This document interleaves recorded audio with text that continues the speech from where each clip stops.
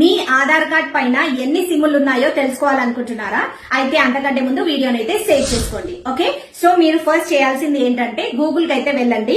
Google దగ్గర ఇక్కడ మీరు TAFCOP పోర్టల్, ఓకే, ఇలా టైప్ చేసిన తర్వాత వచ్చిన ఫస్ట్ వెబ్సైట్ అయితే క్లిక్ చేయాలి.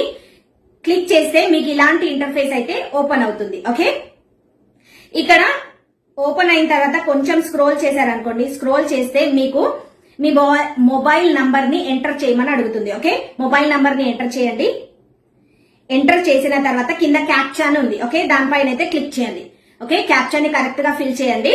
ఫిల్ చేసిన తర్వాత కింద వ్యాలిడేట్ క్యాప్చాన్ ఉంది, దానిపైన క్లిక్ చేస్తే successfully OTP sent to your mobile number అని అంటుంది. ఓకే, సో మన మొబైల్ నంబర్ కి ఓటీపీ అన్నది వస్తుంది. సో ఆ ఓటీపీ అన్నది ఇక్కడ ఎంటర్ చేయాలి. ఓకే, ఎంటర్ చేసిన తర్వాత కింద లాగిన్ పైన క్లిక్ చేయండి.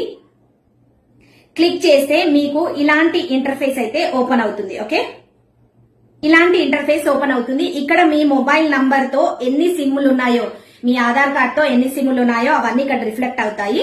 ఇందులో ఏదైనా మీ నంబర్ కాదనుకోండి, అయితే మీరు ఏం చేయాలంటే నాట్ మై నంబర్ పైన క్లిక్ చేసి రిపోర్ట్ చేయాలి. ఓకే, సో ఈ వీడియో ఇన్ఫర్మేటివ్ గా అనిపిస్తే ఈ వీడియోని మీ ఫ్రెండ్స్ అండ్ ఫ్యామిలీకి అయితే షేర్ చేయండి.